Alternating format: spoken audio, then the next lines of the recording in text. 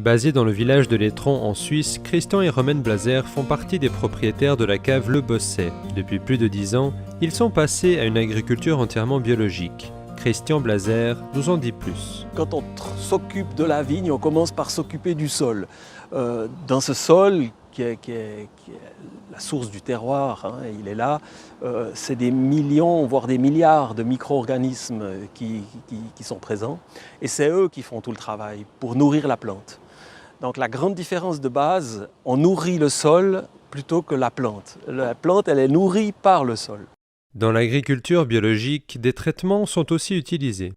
On va travailler avec des produits phytosanitaires qui se trouvent à l'état natif ou à l'état naturel dans l'environnement.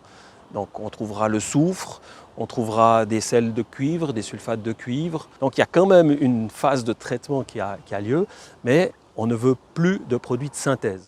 Mais finalement, les vignes bio se portent-elles aussi bien que les vignes conventionnelles ?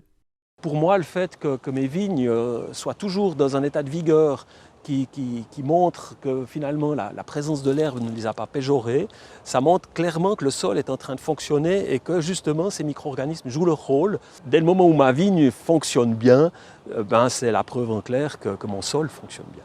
Et au niveau de la vinification, le bio impose-t-il plus de difficultés ? Quand on rentre avec des raisins de qualité, ensuite il suffit juste d'être patient parce qu'en vinification en bio, on n'a pas d'artifice de vinification, c'est la qualité des raisins et puis le temps, la patience qui font la qualité du vin.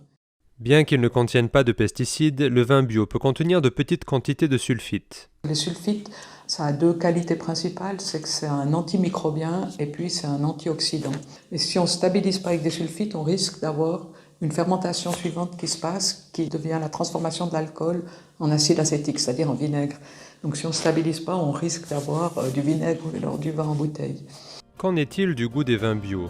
Est-il au rendez-vous ? Aujourd'hui, c'est vraiment des professionnels de la vigne et du vin qui ont évolué dans leur profession et on trouve des vins bio d'excellente qualité. D'ailleurs, si on met nos vins bio en concours avec des vins non bio, on décroche des prix, on décroche des médailles d'or.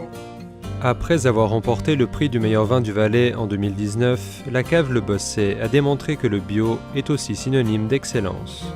André Costa, NTD News.